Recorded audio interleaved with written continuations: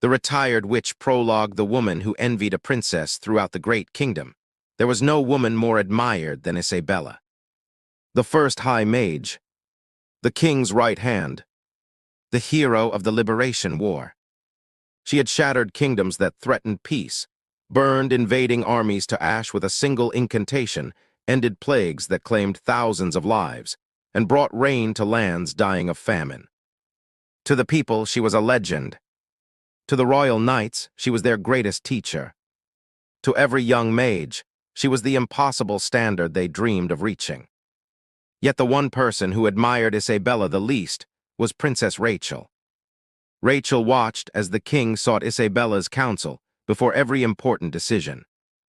The people cheered louder when Isabella rode through the capital than when royal nobles appeared. Stories celebrated the High Mage more often than the princess herself.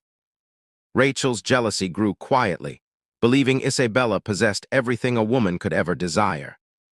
What Rachel never knew was that Isabella envied her far more. Rachel was free.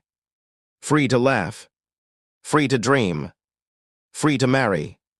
Free to fall hopelessly in love without paying any price. Isabella could never have that life.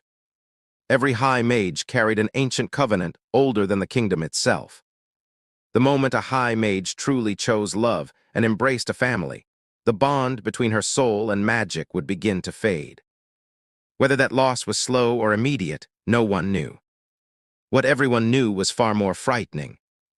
A powerless High Mage rarely lived long. A woman who had once annihilated armies would become the first target of every surviving enemy who feared her. For Isabella, retirement was not simply surrendering a title. It was accepting a death sentence. Not only for herself, but possibly for the kingdom she had spent her entire life protecting. Without the First High Mage, rival kingdoms would rise once more. Old enemies would return. Those whose fathers and grandfathers had fallen to her magic would seek revenge. Her very existence had kept the world at peace. Then peace finally came. The borders grew quiet.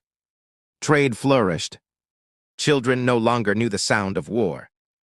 Believing the age of conflict had ended, Lord Clifford proposed the alliance he had envisioned for years. His daughter, Princess Rachel, would be betrothed to King Virgil. It was the perfect political union. The king accepted. The kingdom rejoiced. Rachel saw the future she had always expected. Only Isabella remained silent.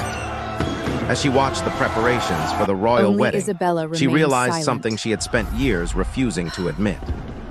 The kingdom no longer needed its greatest witch.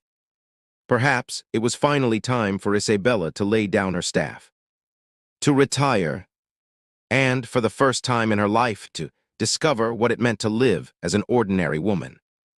This sets up a poignant irony. Rachel believes Isabella has everything she wants, while Isabella believes Rachel has the one thing she can never possess.